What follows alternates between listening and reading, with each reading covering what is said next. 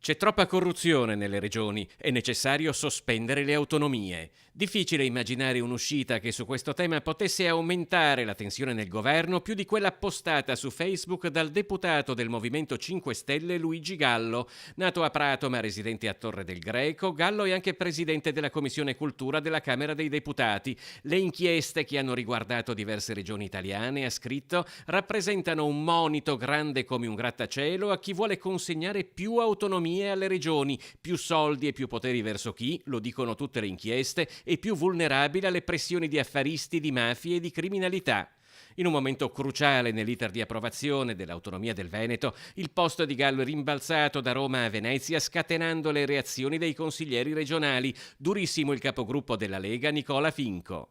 A mio parere che il Movimento 5 Stelle rappresenta un vero e proprio movimento di parassiti, di persone che vogliono mantenere il potere a livello centrale, vogliono mantenere determinati sistemi tipo quello di Roma Capitale che fa acqua da tutte le parti e vogliono bloccare chi invece ha in mente lo sviluppo del territorio e la crescita come noi qui in Veneto ma anche in altre regioni del nord Italia. Non si scompone il pentastellato Jacopo Berti. Gallo parla a titolo personale. Esprime una sua opinione personale che personalmente non condivido assolutamente per il semplice motivo che quando milioni di veneti si esprimono la democrazia diretta è uno dei nostri pilastri, chiede che venga fatto quello che i cittadini hanno chiesto.